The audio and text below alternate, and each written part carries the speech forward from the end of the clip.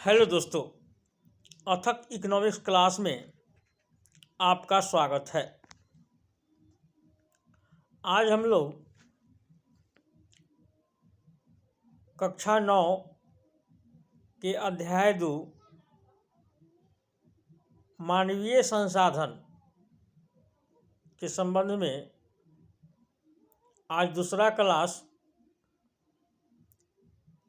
का संपादन करेंगे। आज हम लोग मानव को मानव संसाधन बनने के लिए उसके विभिन्न पहलुओं को अध्ययन करेंगे।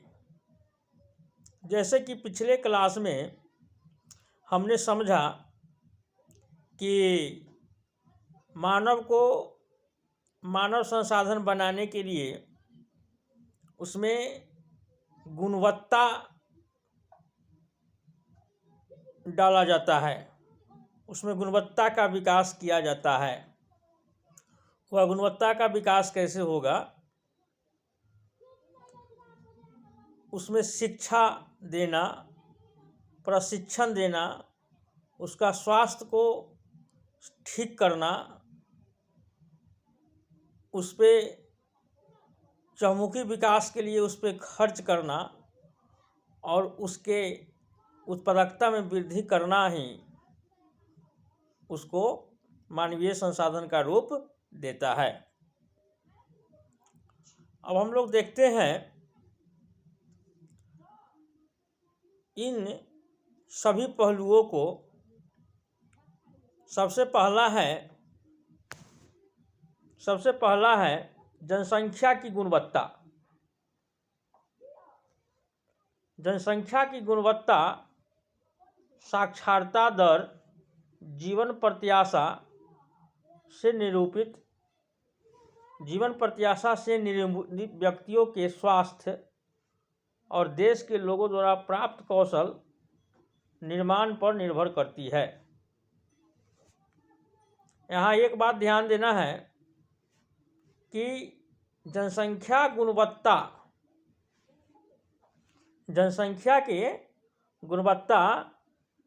के अंतर्गत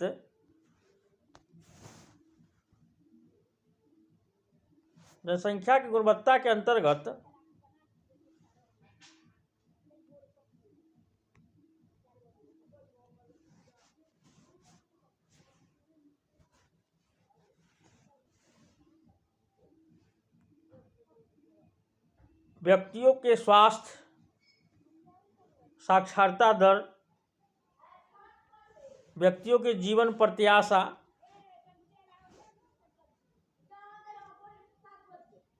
इन सब बातों का इसमें ध्यान रखा जाता है जनसंख्या की गुणवत्ता में।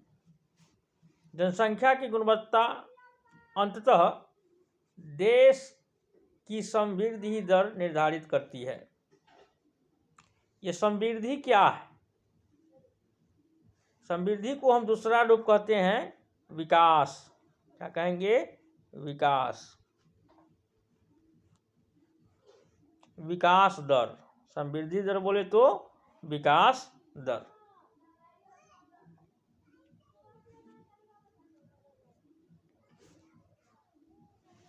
साक्षर और स्वास्थ्य जनसंख्या परिसंपत्तियां होती है,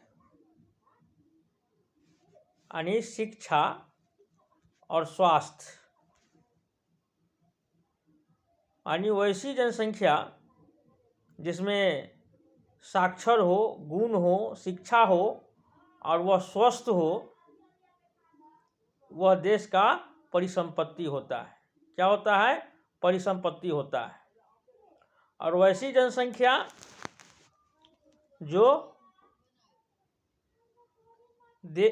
अज्ञानी हो, अस्वस्थ हो, उसका उत्पादकता कम हो, उसके उत्पादकता से उस पर ज़्यादा खर्च ही हो जाता हो, तो वह देनदारी हो जाती है, लायबिलिटीज हो जाती है।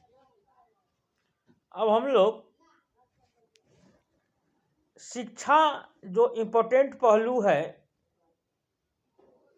उससे संबंध में समझेंगे। अपने जीवन के आरंभिक वर्षों की शकल की शिक्षा ने बाद के वर्षों में अच्छी नौकरी और अच्छे वेतन के रूप में उसे फल दिया। सॉरी, इसे पिछले क्लास में हमने 2 उदाहरण लिया था, शकल और विलास का। शकल जो है शिक्षा लिया, कंप्यूटर का शिक्षा लिया, उन्होंने बहुत विकास किया। तो शिक्षा का महत्व इतना है कि अगर व्यक्ति शिक्षित हो जाए तो उसका उत्पादकता में वृद्धि हो जाता है, वो अपना आर्थिक विकास, उसकी आय में वृद्धि होने से वह उसका चहुमुखी विकास जो है होने लगता है। हमने देखा कि शकल के विकास के लिए शिक्षा एक महत्वपूर्ण आगत था। यानी क्या हुआ, शकल जो है से शिक्षा प्राप्त किया, उसका आगत क्या था, शिक्षा था। यानी शिक्षा रूपी जो मानवीय पूंजी है उसमें डाल दिया गया, उन्होंने उसको ग्रहण किया, उसने उसके लिए नए क्षितिज खोले, नई आकांक्षाएं दी, जीवन के मूल विकसित किए। और उसको पढ़ने का इच्छा था, शिक्षा प्राप्त करने की इच्छा थी, तो उन्होंने पढ़ा और उन्होंने अपने जीवन का एक नया लक्ष्य दिया। कौन? शकल। हमने पिछले क्लास में उसके बारे में बताया है आप लोगों को। तो कैसे से कैसे वह जो है आगे बढ़ा, गरीबताई होते हुए भी। न केवल शकल के लिए बल्कि समाज के विकास में भी शिक्षा का योगदान है। यह राष्ट्रीय आय और सांस्कृतिक समृद्धि में वृद्धि करती है। तो एक तो उदाहरण दिया गया है शकल को, शकल के रूप में, लेकिन समाज के हर एक व्यक्ति के लिए, समाज के लिए शिक्षा का योगदान बहुत महत्वपूर्ण है। इसका राष्ट्रीय आय में, राष्ट्रीय के सांस्कृतिक समृद्धि में वृद्धि होती है शिक्षा से। अब हम लोग देखते हैं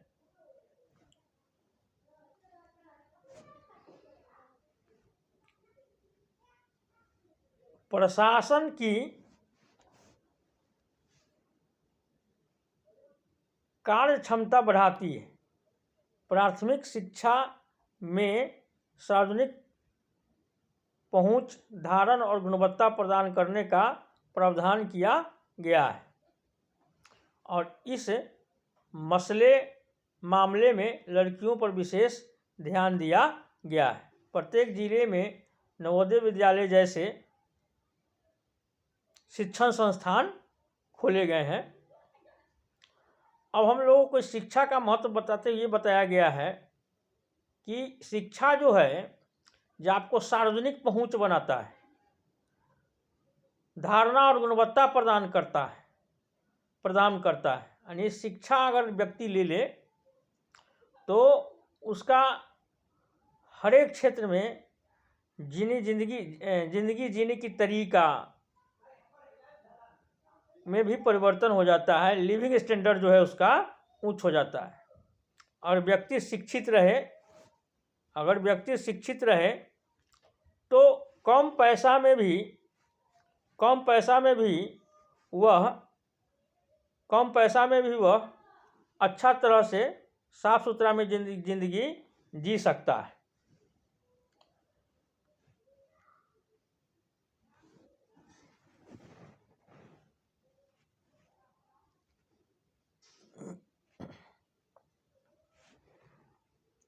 बड़ी संख्या में हाई स्कूल के विद्यार्थियों को ज्ञान और कौशल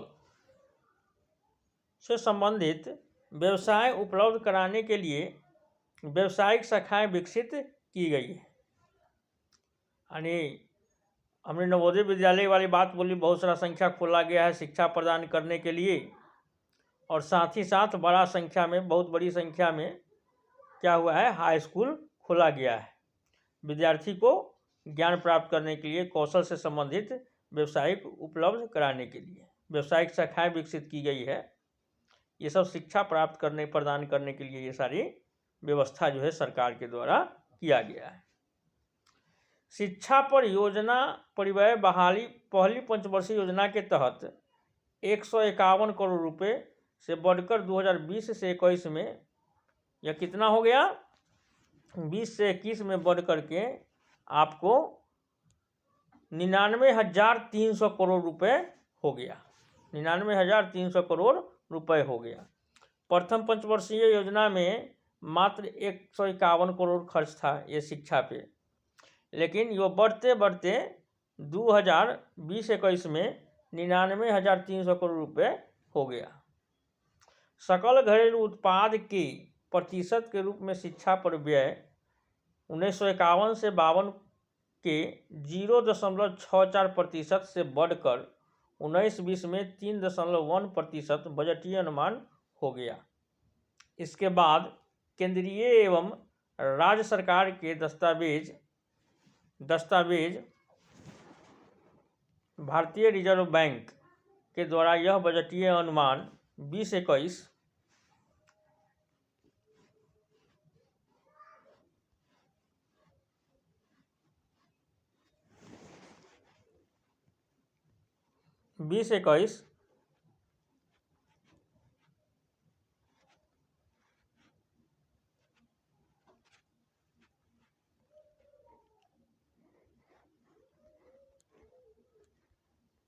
में घटकर 20-21, एक मिनट रुकिए, कहाँ गया ये डाटा, देख लेते हैं। यह बजटीय अनुमान 2020-21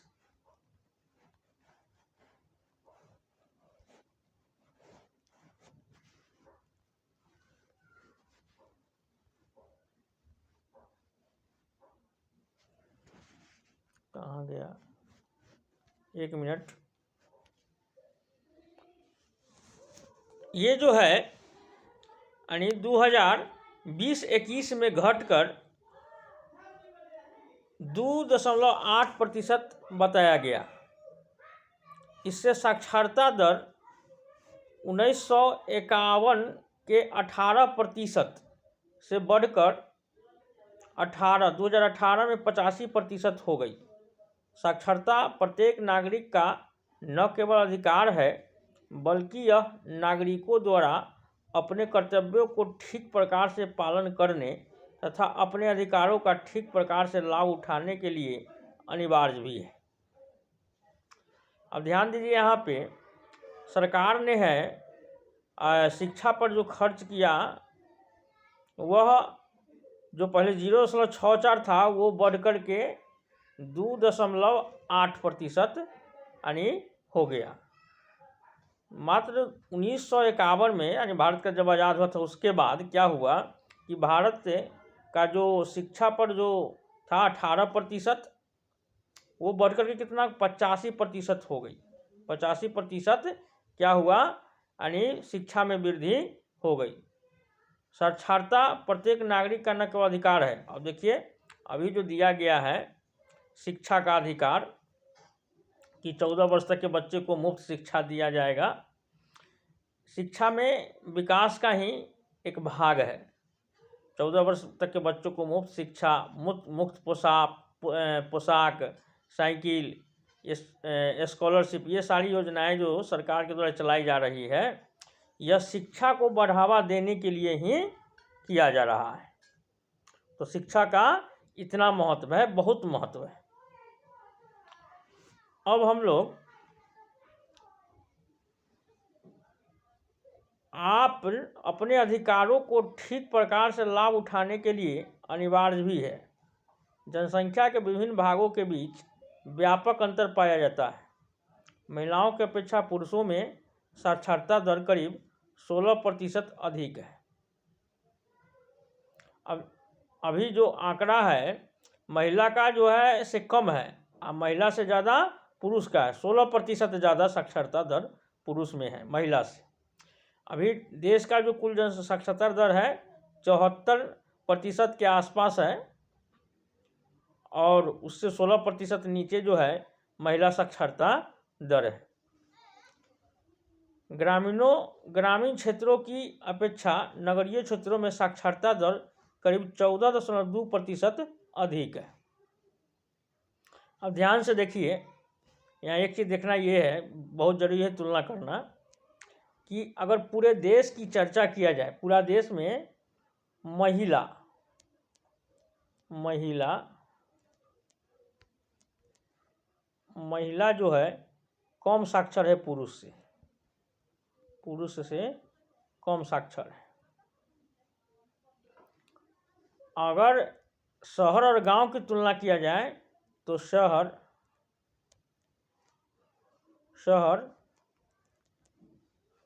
बड़ा है गांव से,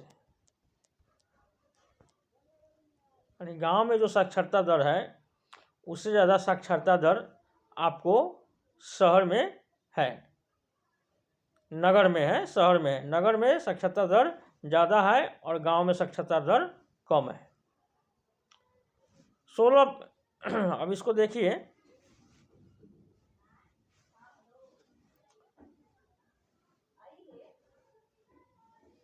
करीब 14.2% अधिक है, 14.2% अधिक है। किसकी जनसंख्या? आपको शहर की जनसंख्या गांव की जनसंख्या से। ग्रामीण क्षेत्रों की अपेक्षा नगरीय क्षेत्रों में साक्षरता दर करीब 14.2% अधिक है। वर्ष 2001 केरल के कुछ जिलों में साक्षरता दर 94% है, जबकि बिहार में 62% ही है। अब देखिए, केरल जो है अपना देश में, भारत में सबसे ज़्यादा शिक्षित राज्य है। वहाँ का जो साक्षरता दर है 94% है केरल का, सबसे ज़्यादा। वहीं बिहार की अगर तुलना किया जाए अपना, तो बिहार मात्र 62% पर ही आके रुका हुआ है। यानी बिहार की जो साक्षरता दर है वह बहुत कम है देश में।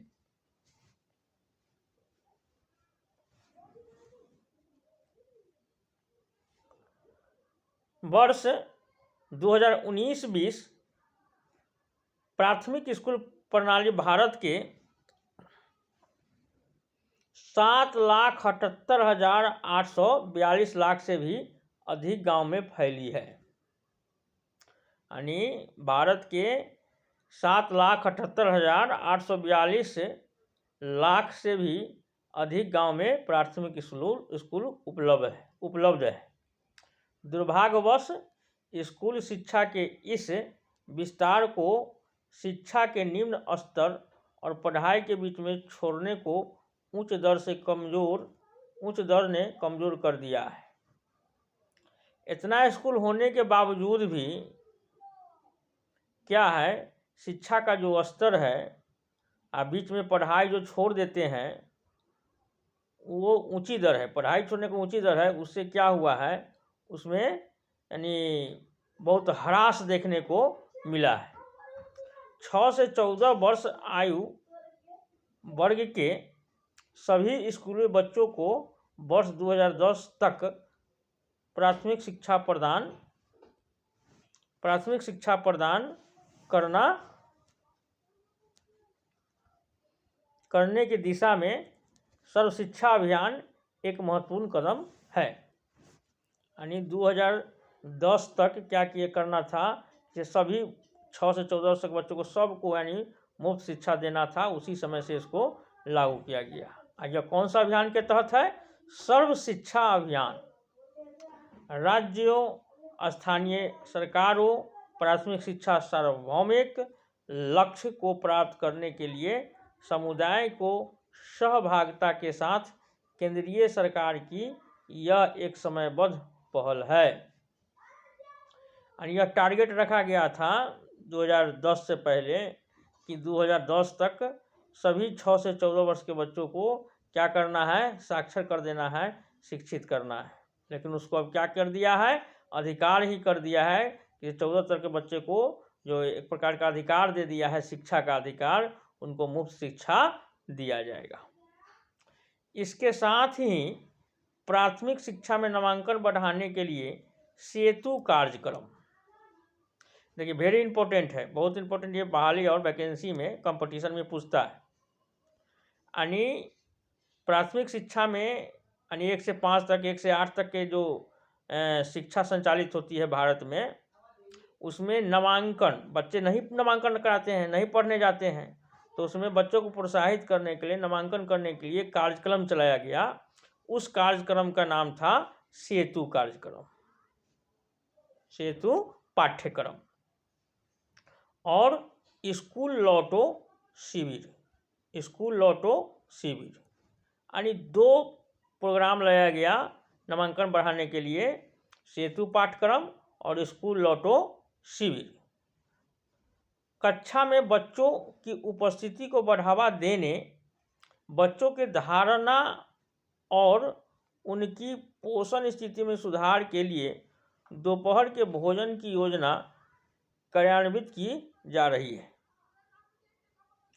अब ध्यान दीजिए, बच्चा को जैसे बीच में भाग जाता है, बच्चा को रुका कर रखने के लिए क्या किया सरकार ने? मिड डे मील जो अभी चल रहा है, दोपहर का भोजन, दोपहर का, इसी को कहते हैं मिड डे मील, यानी इसकी व्यवस्था सरकार के द्वारा यानी 1 से 8 तक यानी प्राथमिक शिक्षा के अंतर्गत बच्चों को भोजन देने का प्रावधान किया गया।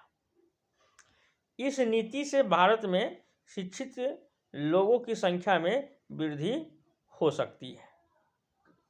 और सरकार ने एक सकारात्मक रुख अपनाते हुए योजना चलाया, और उसका जो सकारात्मक सोच है, जिसके कारण क्या हो रहा है, अभी भी बच्चों की जो नामांकन दर है या स्कूल में ठहरने की जो रेशियो है वो बढ़ा है, और बहुत सकारात्मक इसका प्रभाव देखने को मिला है। अब हम लोग देखते हैं 12वीं योजना में उच्च शिक्षा में 18 से 23 वर्ष आयु वर्ग के नामांकन में 27% तक की वृद्धि 2018 में रही। उच्च शिक्षा 12वीं योजना, यानी 12वीं योजना कौन है? 2007 से 2012 तक 12वीं पंचवर्षीय योजना है। उसमें यह देखा गया कि 18 से 23 वर्ष तक के जो बच्चे हैं, वह नामांकन का जो उसका प्रतिशत है 27% तक वृद्धि उसके नामांकन में प्रतिशत में देखा गया 18 से 23 तक के बच्चों में। यह विश्व औसत 26% से मिलता जुलता है। विश्व का अगर औसत देखा जाए नामांकन के औसत के रूप में, तो 27%, 26%, यानी अपना ज़्यादा ही है, यानी 27% वृद्धि, यानी विश्व में 26% की वृद्धि हो रही है, लेकिन अपना भारत में आपको 27% की नामांकन में वृद्धि देखने को मिला गया। यह रणनीति पहुंच में वृद्धि, गुणवत्ता, राज्यों के लिए विशेष पाठ्यक्रम में परिवर्तन को स्वीकार करना, व्यवसायीकरण, सूचना प्रौद्योगिकी के उपयोग का जाल बिछाने पर केंद्रित है। यह जो रणनीति बनाया गया है केंद्र सरकार की ओर से, अन्य राज्य सरकार की ओर से, यह जो है बच्चों को स्कूल शिक्षा तक पहुंच में वृद्धि के लिए आपको व्यवसायीकरण प्रशिक्षण प्राप्त करने के लिए, सूचना प्रौद्योगिकी में ज्ञान प्राप्त करने के लिए, ये सारी चीज़ें जो है जाल बिछाया, यानी ये सारी चीज़ें जो है सरकार के द्वारा उपाय जो किया गया है। प्रयास दूरस्थ शिक्षा, औपचारिक, अनौपचारिक, दूरस्थ तथा संचार प्रौद्योगिकी की शिक्षा देने वाले शिक्षण संस्थानों के अभिसरण पर भी केंद्रित है। हमारा जो शिक्षा सिस्टम है, शैक्षणिक जो यानी सरकार के द्वारा जो बनाया गया है खाका, उसमें आपको दूरस्थ शिक्षा, औपचारिक शिक्षा, अनौपचारिक शिक्षा, संचार प्रौद्योगिकी, ये सब शिक्षण संस्थान को क्या किया गया है, इसमें केंद्रित करके ऐसा ढांचा नियम बनाया गया है सरकार के द्वारा, जिससे कि व्यक्ति में, मानव में इसका फायदा हो और इससे समाज का विकास हो। पिछले 60 वर्षों में विशेष क्षेत्रों में उच्च शिक्षा देने वाले शिक्षण संस्थानों तथा विश्वविद्यालयों की संख्या में महत्वपूर्ण वृद्धि हुई है। आज़ादी के बाद अगर अभी से देखा जाए तो पिछले 60 वर्ष में विशेष क्षेत्र में शिक्षा यानी विशेष योग्यता प्रशिक्षण हो गया या तकनीकी शिक्षा हो गया, ये सब के यानी जो संख्या है उसमें आशा से ज़्यादा वृद्धि हुआ है। शिक्षण संस्थान की संख्या में वृद्धि हुआ है, विश्वविद्यालयों की संख्या में वृद्धि हुआ है। उसका आंकड़ा दिया हुआ है 1951 से 2019 से 20 के बीच कॉलेजों तथा विश्वविद्यालयों की संख्या में वृद्धि, छात्रों के नामांकन तथा अध्यापकों की भर्ती की सारणी 2.1 में देखें। अब देखिए जो आंकड़ा दिया हुआ है, ये डाटा दिया हुआ है, इसको आप लोग देखिए ध्यान से, स्क्रीनशॉट लेकर के इसको ध्यान से देख सकते हैं। इसको स्क्रीनशॉट लेकर के आप लोग ध्यान से देख सकते हैं। इसको हम और छोटा कर देते हैं अपने स्क्रीन को, आप लोग स्क्रीनशॉट ले सकते हैं। इसको नीचा कर दिए। अब आप लोग ध्यान से इसको एक स्क्रीनशॉट लिखिए। ये वाला जो दिया हुआ है, ये वर्ष है। ये यहाँ से यहाँ तक आपको वर्ष देखने को मिलेगा। महाविद्यालयों की संख्या दिया हुआ है कि इस वर्ष में कितना महाविद्यालयों की संख्या है, इसमें वर्ष बाई वर्ष दिया हुआ है। विश्वविद्यालयों की संख्या जो है इतना है और विद्यार्थियों की संख्या इतना है उसी वर्ष में। और शिक्षक यूनिवर्सिटी एवं कॉलेज यानी शिक्षक जो है यूनिवर्सिटी कॉलेज में कितना शिक्षक है उसकी संख्या दिया हुआ है। अब ध्यान से देखिए कि 1951 में मात्र महाविद्यालयों की संख्या कितनी थी? 750। महाविद्यालयों की संख्या 700, यहाँ देखिए 750 थी। विश्वविद्यालयों की संख्या कितना थी? 30 थी। कहाँ? भारत में। विद्यार्थी कितना था? 2,63,000 और शिक्षक कितना थे? 24,000।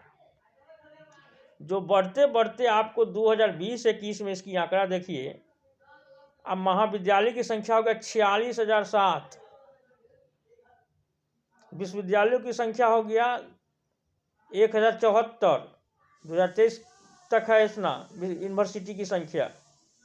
विद्यार्थियों की संख्या देखिए कितना हो गया, 1 दहाई सैकड़ा हज़ार 10,000 लाख 10 लाख करोड़ 39 करोड़ 43 लाख 4,256। और शिक्षक की संख्या होंगे 14,82,890। अपना देश कितना विकास किया, यह जो संख्या जो है से बढ़ रहा है। ये संख्या क्या हो रहा है? बढ़ रहा है। ये संख्या ऊपर की ओर जा रहा है। साल दर साल जो है हमारा शिक्षा के क्षेत्र में इन्वेस्टमेंट बढ़ रहा है और साथ ही साथ हमारे समाज में शैक्षणिक जो गतिविधि है उसमें विकास हो रहा है और बच्चे जो है समाज जो है इससे लाभान्वित हो रहा है। अब जो है शिक्षा की महत्ता को हम लोगों ने देखा, शिक्षा की क्या महत्ता है उसको हम लोगों ने देखा। अब हम लोग ये सारी आंकड़ा देखने के पश्चात एक डाटा यहाँ दिया हुआ है उसको हम लोग देखते हैं। एक ऊपर देखे हैं, ये देखिए क्या है, वो देखिए, ये चित्र देखिए, ये जो ग्राफ है इसको हम लोग देखते हैं। क्या है ग्राफ? स्वतंत्र भारत में साक्षरता दर में रुझान। स्वतंत्र भारत में साक्षरता दर में रुझान भारत की जनगणना के अनुसार ये दिया गया है। इसको देखिए क्या है। इस साइड जो है आपको साक्षरता दर दिया गया है। ब्लू वाला पुरुष है, रेड महिला, रेड पुरुष है और ब्लू टोटल व्यक्ति को दर्शाता है। जो बच जाएगा वो महिला होंगे। ये क्या होंगे? महिला होंगे। अब देखिए ध्यान से, प्रत्येक जो चार्ट दिया हुआ है उसमें 3-3 कॉलम दिया हुआ है। 1951 में देखिए, 1951 में व्यक्ति की संख्या टोटल कितना था? सबसे ज़्यादा है, ये सबसे ज़्यादा है। उसके बाद पुरुष की संख्या है, सबसे ज़्यादा व्यक्ति है, पुरुष उसमें इतना है और महिला इतना है। अब ध्यान दीजिए 1961 में टोटल पुरुष की संख्या कितनी है? ये रेड वाला है, बढ़ते गया है। उसी प्रकार से पुरुष की संख्या बढ़ते जा रहा है। देखिए यहाँ बढ़ा है, आपको यहाँ से लिखिए पुरुष की संख्या अगर देखा जाए तो बढ़ते गया है। पुरुष की संख्या क्या हुआ है, बढ़ते गया है। कुछ आपको 2017 में जाकर के घट गया है, 2017 में जाकर के घट गया है। ये किस चीज़ का आंकड़ा बता रहा है, बढ़ना घटना, सो देख लीजिए। ये जो है आपको साक्षरता दर में रुझान, साक्षरता दर में रुझान की बात बोला, यानी साक्षरता दर क्या हुआ है, पुरुष की साक्षरता दर बढ़ा है, बढ़ते गया है, बढ़ते गया है, और यहाँ आकर के एक प्रकार का समान बराबर हो गया है, जो कि ये 80% के आसपास है। और अगर पुरुष की साक्षरता दर है, अगर टोटल का साक्षरता दर देखा जाए तो टोटल में भी साक्षरता में वृद्धि हो रहा है। पूरे भारत की साक्षरता दर ये है, पूरे भारत की साक्षरता दर ये देखिए, यहाँ जाकर के ये भी कांस्टेंट हो गया है। महिला साक्षरता दर कम है, देखिए ये बता रहा है, ऐसे ऐसे बढ़ा है, यहाँ का ये भी सहमत है। यानी हमेशा से देखा गया है कि पुरुष का जो साक्षरता दर है सबसे अधिक है। अगर पूरे भारत की साक्षरता दर देखा जाए तो उससे कम है, और महिला का साक्षरता दर जो है भारत के साक्षरता दर से कम है, यानी पुरुष के साक्षरता दर से महिला की साक्षरता दर बहुत कम है। इसी संदर्भ में कुछ चीज़ें बताया गया है, और हम लोग देखते हैं कि साक्षरता से जुड़े आंकड़ा और क्या है।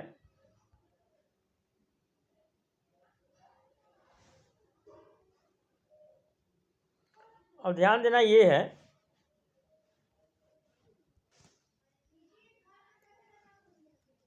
आइए चर्चा करें। अब है जो भी पढ़े हैं उससे संबंधित क्वेश्चन की बारी आ गई है कि क्या 1951 से जनसंख्या की साक्षरता दर बढ़ी है।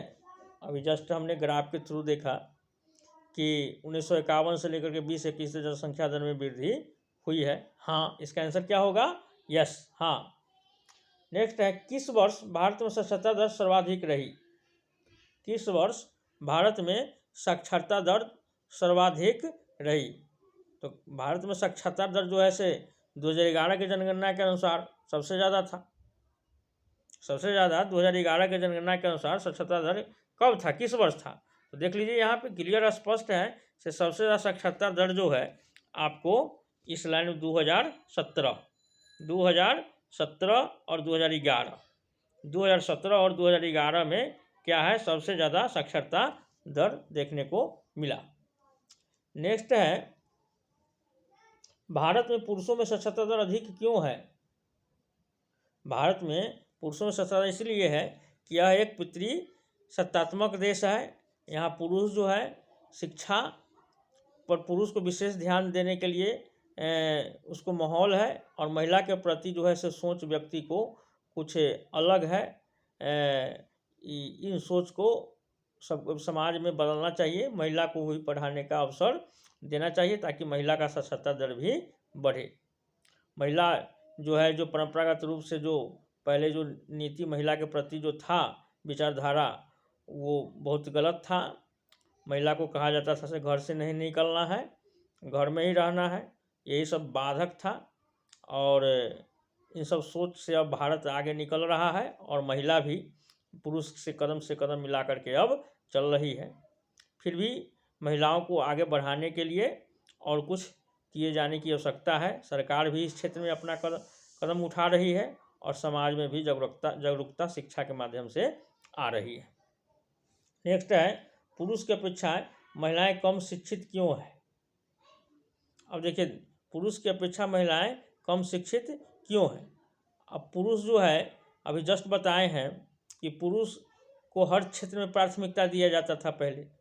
धीरे धीरे महिला की महत्ता को सरकार ने समझा, समाज ने समझा, और धीरे धीरे महिला भी पुरुष की इस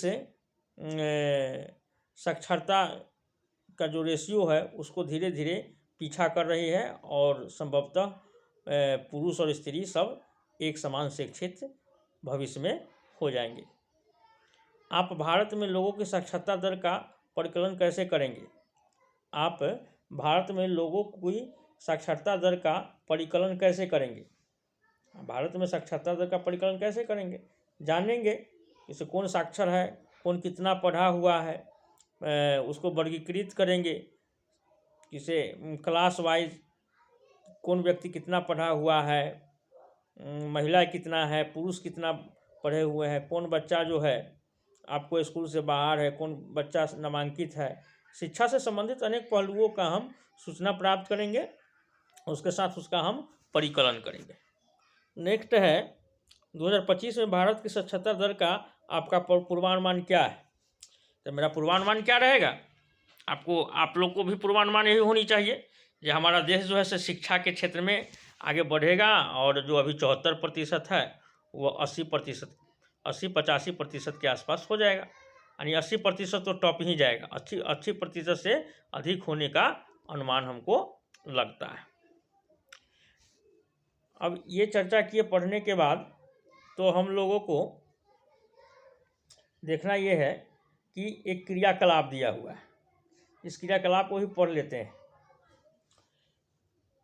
अपने विद्यालय, अपने पड़ोस के सह शिक्षा विद्यालय में पढ़ने वाले लड़के और लड़कियों की गणना करें। अपने स्कूल प्रशासक से कहें कि वे आपको लड़के और लड़कियों की संख्या के आंकड़े उपलब्ध कराएं। अगर उनमें कोई अंतर है तो उसका अध्ययन करें और कक्षा में उसका कारण बताइए। आपको ये क्रियाकलाप करना है। तो विद्यालय में जाइए, आस पड़ोस के विद्यालय में जाइए और वहाँ लड़का लड़की के से संबंधित, शिक्षा से संबंधित उसका आंकड़ा इकट्ठा कीजिए और क्या दोनों में अंतर है तो उस आंकड़ा को यानी एक प्रकार का एक सूचना प्रदान कीजिए और अपना कॉपी पर उसको लिखिए। नेक्स्ट हो गया, नेक्स्ट जो है ये हम लोग पढ़ चुके हैं, ये डाटा सारे जो है ये सभी डाटा को हम लोग देख चुके हैं और ये जो है ये सब पढ़ चुके हैं। अब फिर है चर्चा करें, ये पढ़ें उसके बाद फिर चर्चा करने की बारी आ गई है। ये चर्चा है कि सारणी 2.1 की कक्षा में चर्चा करें तथा निम्न प्रश्नों का उत्तर दे। अब उत्तर है, फिर वही बात है, हमने 2 अच्छी टॉपिक को पढ़ाया है, उस पर है क्या विद्यार्थी की बढ़ती हुई जनसंख्या को प्रवेश देने के लिए कॉलेज की संख्या में वृद्धि पर्याप्त है? नहीं, कॉलेज की संख्या और होनी चाहिए, क्योंकि बच्चा की जो संख्या जो है दिन ब दिन बढ़ते जा रहा है, तो कॉलेज की संख्या जो कम है उसमें और वृद्धि होना चाहिए, पर्याप्त नहीं है। क्या आप सोचते हैं कि हमें विश्वविद्यालयों की संख्या बढ़ानी चाहिए? हाँ, ज़रूर बढ़ानी चाहिए। जितना शिक्षण संस्थान ज़्यादा रहेंगे उसमें क्वालिटी एजुकेशन, एक दूसरे में प्रतियोगिता होगी और क्वालिटी एजुकेशंस प्रदान किए जाएंगे शिक्षकों को। वर्ष 1950 से 51 में वर्ष 1998 से 99 तक शिक्षकों की संख्या में कितनी वृद्धि हुई है? तो ये आंकड़ा आप देखिए वहाँ पे कितना शिक्षकों की संख्या में वृद्धि हुई है। तो ये क्या कीजिएगा, 1998 से 99 में क्या करना है, 1950 से 91 को घटा देना है। किस शिक्षकों की संख्या को इससे इसमें घटा देना है और घटा करके जो आएगा वो डाटा दे करके आप कर सकते हैं, यानी बहुत वृद्धि हुआ है। भावी महाविद्यालय और विश्वविद्यालयों के बारे में आपका क्या विचार है?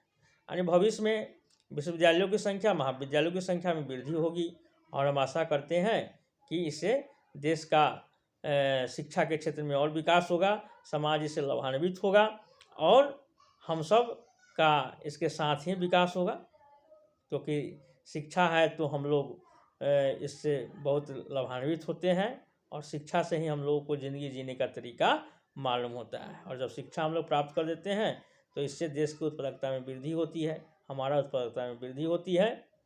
तो आज तक के लिए बस इतना ही, और अंत में आपसे अनुरोध है कि मेरे इस चैनल्स को सब्सक्राइब करें।